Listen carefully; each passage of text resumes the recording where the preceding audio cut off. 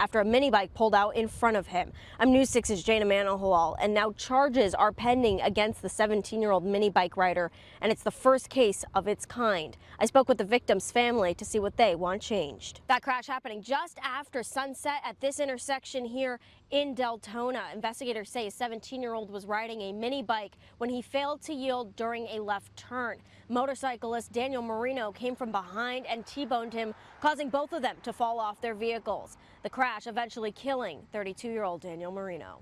I looked in my rearview mirror, and at that point I had seen his bike was down and he wasn't there, so I immediately stopped.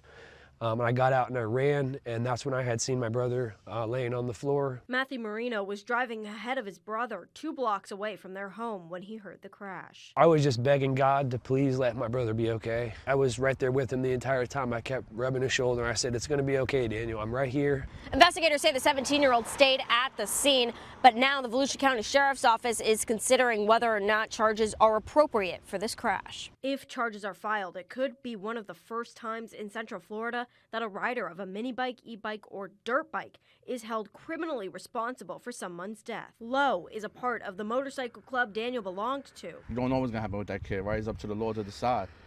And I'm not here to judge that, but what the law does is what the law's going to do. But, you know, for us, it's hard because, you know, we lost a great friend.